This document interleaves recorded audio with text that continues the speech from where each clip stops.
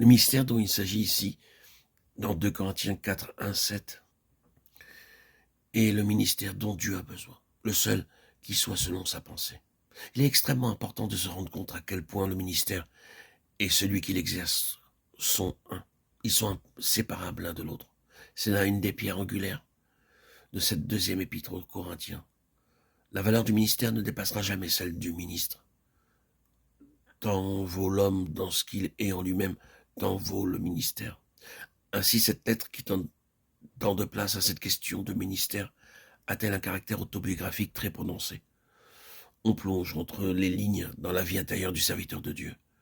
Son histoire intime transparaît là, et il n'hésite pas à nous montrer qu'après tout, le ministère n'est qu'une expression de ce que nous sommes dans notre vie privée et dans notre communion secrète avec Dieu.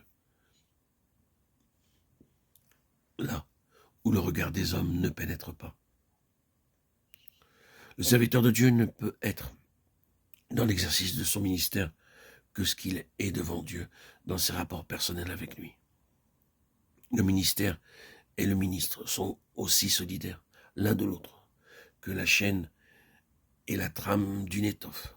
L'un est la réalisation pratique de ce qui a lieu en secret dans la vie spirituelle de l'autre. Sur ce terrain-là, nous laissons loin derrière nous cette conception du ministère qui s'inspire de considérations professionnelles et se traduit par l'entrée dans la carrière pastorale de tel ou tel candidat au saint ministère. Dans tout ce que le Nouveau Testament a à nous dire du service de Dieu, il n'y a rien qui éveille la moindre idée d'une profession ou d'une carrière. Ce n'est pas quelque chose qu'on embrasse ou dans lequel on vous installe à un moment donné. C'est l'expression spontanée de la vie intérieure et des relations personnelles avec Dieu. Aussi, le ministère est-il dans une large mesure une question de personnalité. Mais entendons-nous, qu'est-ce que la personnalité? Nous prenons le mot ici dans son sens élevé et spirituel.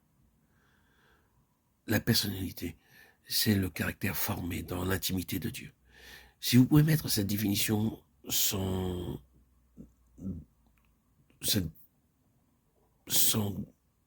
dedans, dehors,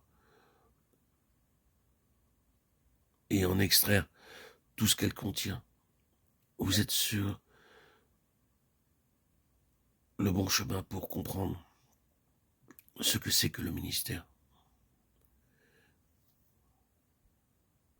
Le ministère, c'est l'expression au milieu des hommes de ce qui a eu lieu loin des hommes, dans des conditions qui leur échappent et qu'ils sont incapables d'expliquer. Histoire profonde, intérieure, secrète, dont Dieu seul connaît le déroulement. L'individu lui-même ignore parfois ce qui lui arrive. Dieu se charge de préparer une situation spirituelle qui l'amène dans une solitude profonde où certainement personne d'autre que Dieu ne peut comprendre. C'est là que se forme la personnalité spirituelle. Puis un jour, de ces profondeurs mystérieuses qui ont vu s'accomplir les divines opérations, l'homme sort avec un message. Et ce n'est pas quelque chose qu'il a arrangé, composé d'avance et mis sur le papier. C'est l'expression de ce que Dieu a fait en lui, pour lui en donner l'explication après coup. Ce n'est pas simplement quelque chose qu'il a vu et compris. Dieu a commencé par le réaliser en lui. Ensuite, il lui a montré ce qu'il a fait. Il lui a fait comprendre, et c'est cela qui constitue le message. C'est quand vous avez traversé cette passe que Dieu commence à vous interpréter ce qui s'est accompli. Et quand vous sortez de là, vous êtes dépositaire d'un témoignage expérimental.